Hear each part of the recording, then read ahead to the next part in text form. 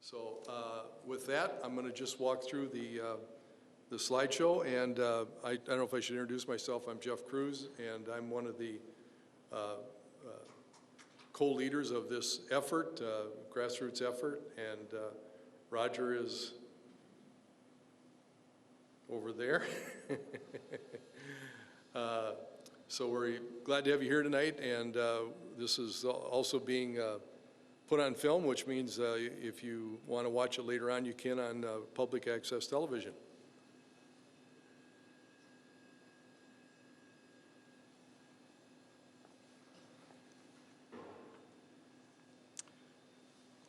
There's a lot of challenges that education faces today, and a lot of that has to do with the changing characteristics of education. The diverse backgrounds and experiences are now the norm, where that wasn't the case years ago. In fact, years ago, they were the exception. The diversity of the students coming into the programs is much different than in the past. There's many educational options available. Students have choices of attending classes in college, or they can take specific classes within the public school system, or they can choose different schools as an option. High demands and expectations on schools. There are state and federal mandates that each school district has to respond to, and those demands change regularly, and the kids come to school with much different backgrounds and different needs than they ever did before.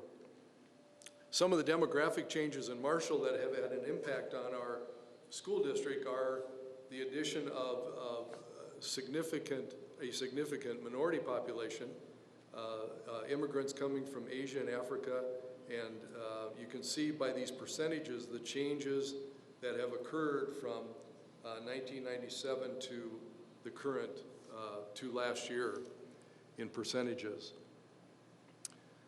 Some general data about Marshall schools. Our current enrollment is 2,235 students. Our ELL enrollment is 230 students. Free and reduced lunch, students qualified for free and reduced lunch are 30.7% of our school population. Special education is 12% of our school population. The minority population in the school district is 23%, and our current attendance rates are relatively high at 96, almost 97%.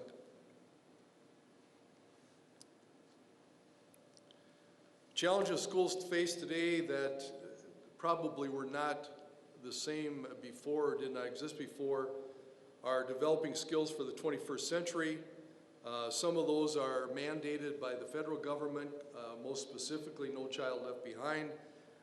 There's science, technology, engineering, and math requirements that have to be met.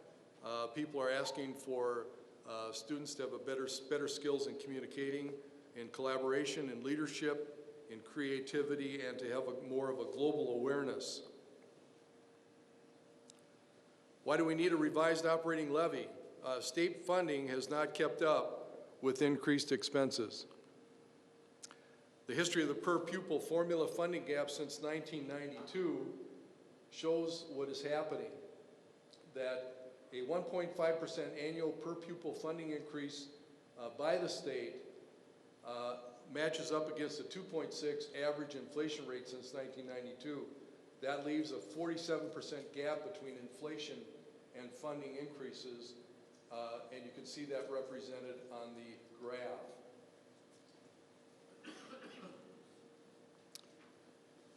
Some examples of the expenses that have increased over the last 5 years. These are increases that would have been part of your own homeowner's expense, but in a school district it becomes even more predominant. Electricity is up over 15%, natural gas is up over 55%, health insurance 45%, and diesel fuel up almost 100%. Because of a lack of state funding, several years ago, the state took over control of funding our public school system. And I remember at the time as a board member that the statement was that we will take care of you. And we didn't know what we will take care of you meant at that time. It didn't mean what we thought it meant. But they said we will take care of you. Since then, nearly 90% of current Minnesota school districts rely on local levies to bridge the difference between what the state is funding and what the needs of the local district are. This year, 101 districts are going for operating levies. This resource gap is shown in this example, and you have all the requirements from the state, national, and community, and then you have the funding to support those demands. So the school district's responsible to educate, to meet the mandates, and the funding is not there to support that. So it kind of leaves our business director, Bruce, hanging by his toes in the middle of all that. Marshall does have an operating levy already. The amount of that levy is $200 per student, per pupil. When you match that $200 per pupil that you see over in the far left for Marshall, you can see on this slide that other communities locally and in the region, some being of the same size as Marshall, all have operating levies higher than Marshall. Some of these are significant, especially Lynn at $1,600 per pupil and Murray County at $1,250 per pupil. But again, the state average is $706 per pupil on regional operating levies, on a state operating levy average, and Marshall is at $200. Marshall's current levy is set to expire in 2009. This levy is in the bottom 25% of levy amounts in the entire state of Minnesota. This levy was passed in 2003 to fund all-day, everyday kindergarten, smaller primary class sizes, and to enhance the technology infrastructure.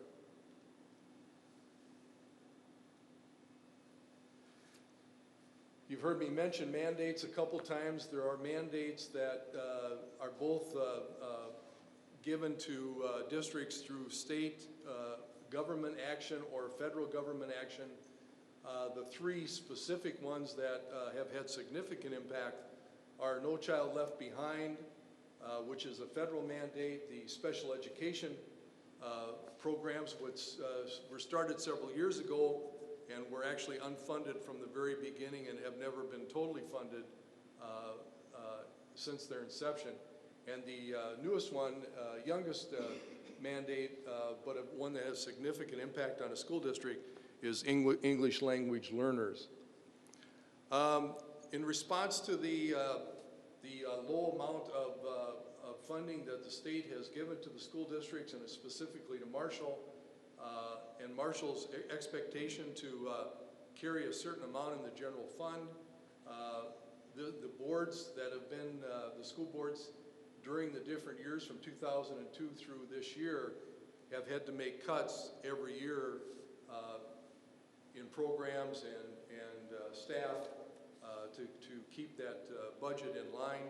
And the total of these cuts over these years ends up being about $2 million that Marshall's had to do in cuts since 2002. This is just an indication that the school district feels a responsibility to be financially sound and to hold the line, and each one of these cuts means has an impact on students at one level or another.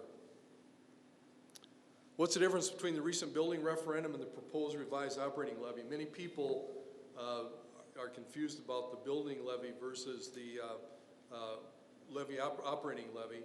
An operating levy is for classroom and school expenses versus building construction. One cannot be used for the other, and the building cannot be used for levy, operating expenses, and the levy cannot be used for building expenses.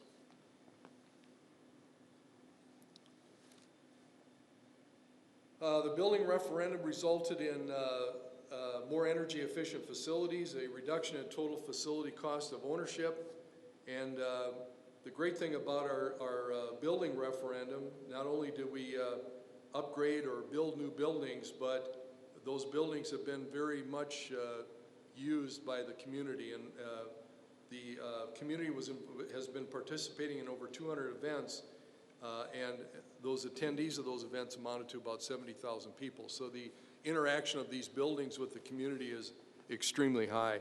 And that was part of what we talked about with that building referendum.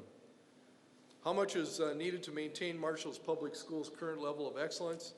The 5-year financial projections indicate a $500 levy will maintain all-day kindergarten, smaller than state average primary class sizes, technology, equipment, and infrastructure, quality core academic offerings, 1-mile radius transportation, regional cooperative, extra, and co-curricular activities. And we, as a committee, spent an awful lot of time working with the school district to make sure that the number that we're talking about is a number that would be adequate for the 5 years we're looking out into the future.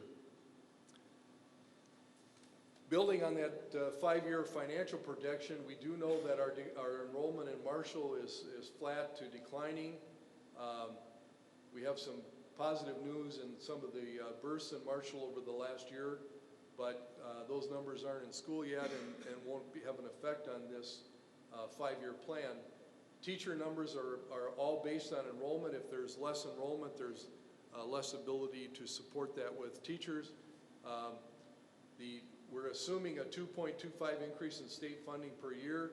One of the problems with that is that we haven't necessarily seen that amount every year, and sometimes those increases come with specific mandates that don't allow you to use it for general education purposes, but you're specifically required to use it for mandated programs. A new operating referendum would replace the existing one in 2008. That's part of our projection, and that we would continue to be involved in the Q-Comp incentive program as a pay structure for teachers.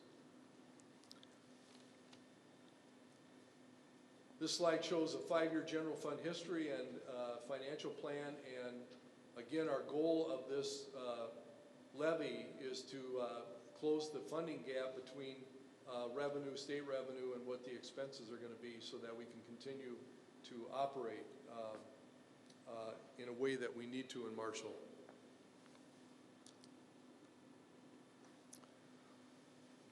What does it take to make Marshall one of the best schools in the district, in the state? Our second question on the ballot has to do with an additional $175. This $175 will allow us as a district to not only continue programs that we have, but to enhance what we're offering. Some of that would be integration of technology into classes to help with the 21st century skills. Again, keeping up with technology, the cost of technology is an extremely high cost, and additional money would be able to help us keep up. Enhance our class offerings for core academic areas such as math, science, and language arts, as well as providing programs to help our students who are going to go immediately to the workplace be better prepared to be able to do that. Some of the skills that we're looking ahead for and that this additional question would have an effect on is information, media, and technology skills, learning and information skills, and life and career skills. Again, the second question would allow us with that $175 to enhance all of those areas. How will this affect my taxes? Taxpayers will see an annual increase in their taxes based on the value of their homes. For farmers, it will be a house, garage, and 1 acre of land, and businesses.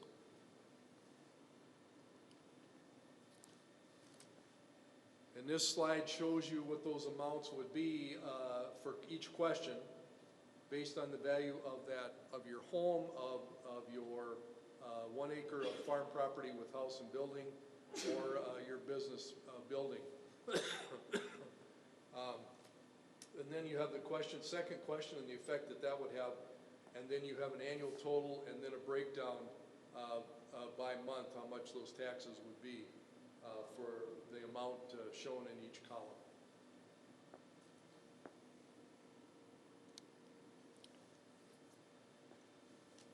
Marshall looks pretty good from the standpoint of graduation rate. We have a 95% graduation rate, which is above the state average. We have an 88% post-secondary rate. Students going on to post-secondary education, which is astounding. Our test scores are above state averages for 75% of grades and subjects tested. Our class sizes are smaller than the state average. We have regionally competitive sports and music programs and all-day kindergarten. Those are the things that we have in place now. Those are things that we've spent a lot of time and effort to enhance and to continue working on to be the best that they can be, and all again would certainly be impacted by the loss of our levy. Some of the consequences of the levy passing or not passing, passage of both, and that's been covered somewhat already, but the class sizes will be able to maintain smaller class sizes, all-day kindergarten, the strong athletic and activity programs, our 1 mile radius transportation, expand our non-core academics such as AP and foreign language, support for local economic growth. Failure to pass means naturally larger class sizes, reduction in extracurricular or co-curricular activity, budgets in areas such as music and athletics, reduction in non-core academics such as foreign language, AP, and vocational, 2 mile transportation rather than 1, and certainly a negative impact on local economic growth. You can certainly see that passage, the impact of non-passage and what it would have on the school district. In summary, the state funding is not keeping up with increasing costs of education. The gap between what the state is funding and how much it's costing to provide the education our students need, that gap, as you saw in the slides, is significant.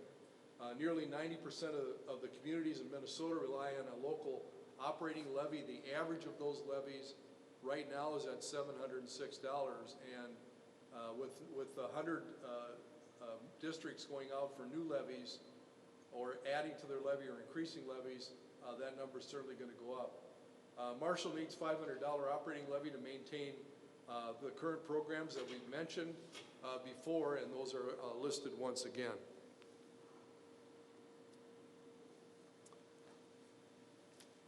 In addition to the $500 levy to maintain some of those program activities we have already, the passage of the second question for $175 will give us some elbow room that will allow us to enhance our technology needs, our vocational technology area, and our language arts. Failure to pass a referendum will impact all of the programs above, and we firmly believe that strong communities are built on strong community, on strong education.